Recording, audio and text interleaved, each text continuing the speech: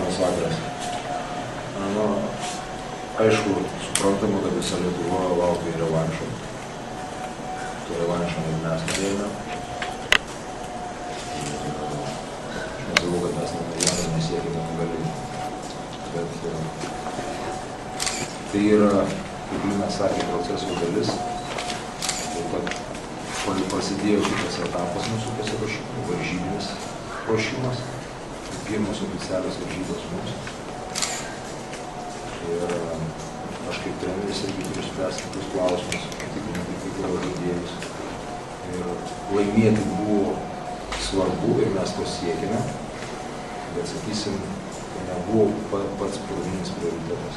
Man buvo smalsu pažiūrėti, kaip atrodo naujokai rinktinė, kaip mes atliekame varžybinių sąlygų tam tikrus derinius, kaip mes reaguojame varžovų gynybą.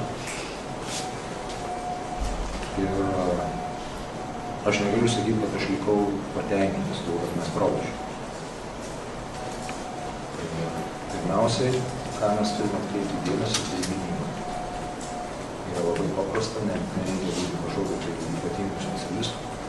Mes leidome varžovams įmesti 80 taškų. Tokia gynyba mes negalime tikėtis bus sėkmės.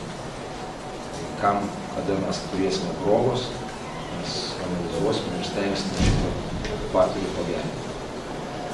Pirmiausiai, tai mums buvo pirmoji daly, mes turėjom problemų žaisdami tą derinuką prieš Dorvą, Kenrovadą.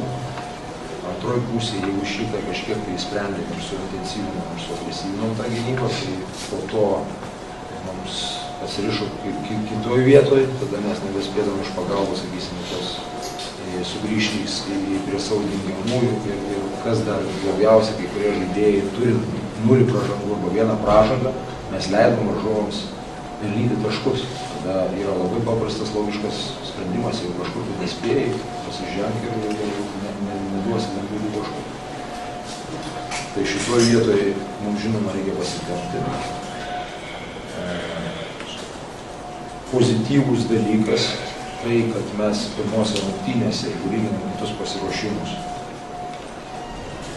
mes turbūt darydom apie 20 klaidų. Šiai dienai mes padarėm 12.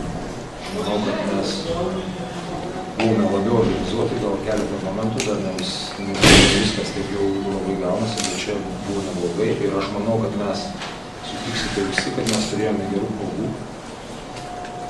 Tiesiog mes jų neišnaudojame. Bet kaip aš sakau, čia yra kitas dalykas.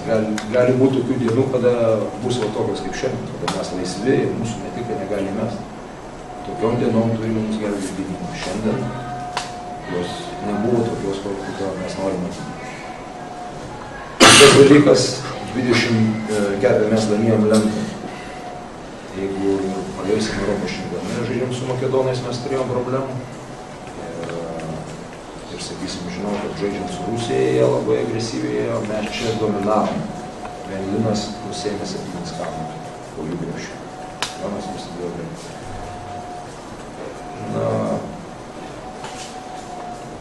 liūdna žinoma, bet pulti paniką, tragedizuoti šito dalyko mes neketiname. Mes ketiname daryti išvadas ir būti toliau. Ar buvo krepšininkų, kurie nustebino, kad labiau negu tikėjotės?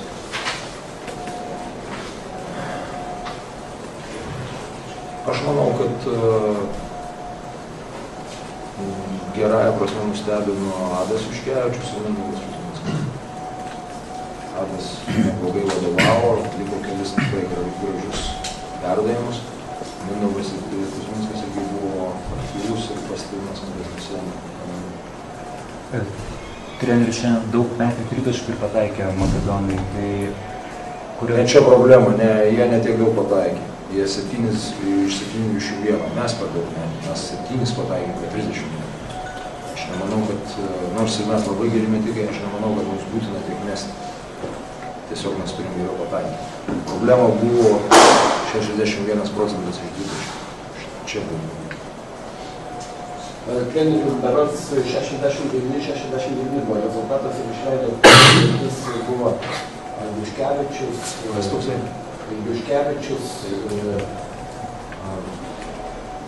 Na, sakysim, tokie debiutantai, nes tai ar juos jūs tikrinot, ar kaip čia dabar, tokiu momentu? Žinoma, o kaip man kitaip, kad kai tokį momentą palaukti kvalifikacijos rungtynių. Treneri, kuri buvo silpniausia grandis komandai? Jūsų šiandien? Aš negaliu kažkaip personalizuoti, nenorėčiau to, bet žinote, kada pralaimi, tai visur. Kažkur tai vienas galbūt nebūtų tiek agresyvus, gal vėliau užsimiršdavo dažnai ir būdavo per ilgai baudos aikštelės, ir tuo tarpu mes prašėm jų padėti šiek tiek aukščiau. Žinote, kiekvienu momentu. Čia yra momentas, čia išėjom, nesulaikėm kamuolio, perėmė tam porą atakų, atsipriešė jau visai kitaip. Ir yra krepšinė, ypač, kaip kitose sportuose, bet ypač krepšinė, tas momentum vadinamas. Viskas gali apsiversti į aukštyn formą ar kažką. Pavyzdžiui, atsimenam, kada Jonas Valančiūnas labai sėkmingai sužaidė, perimdamas kamuolį, įkrovė iš viršaus, viskas tvarkojo ir sekančiuose momentuose jisai pametė koncentraciją žaidimą. Žaidimas euforijos. Tai čia yra jauno žaidėjo tokia idealė. Dėl Valančiūno, atsiprašau, jisai ketvirto kėlinio pabaigoje buvo susiėmęs šonkulius, lygtai nieko neatsitiko jam?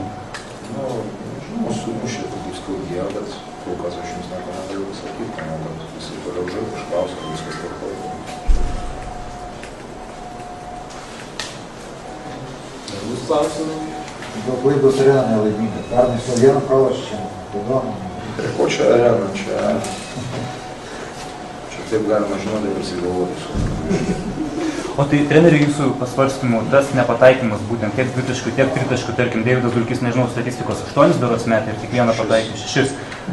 Ar tai jaudulio yra pasiekmė, ar metimai neparuošti gal buvo kažkokie? Ne, jūs matėte, aš manau, kad jisai buvo visiškai laisvas, kad jisai net nesmučiamas, nebuvo kažkaip per ranką, ar kažkas. Čia susideda. Su to pataikymu yra taip. Būna dienų, kada nekrenta, tai tom dienom turi gelbėti ir stabilizuoti visą žaidimą gynybą.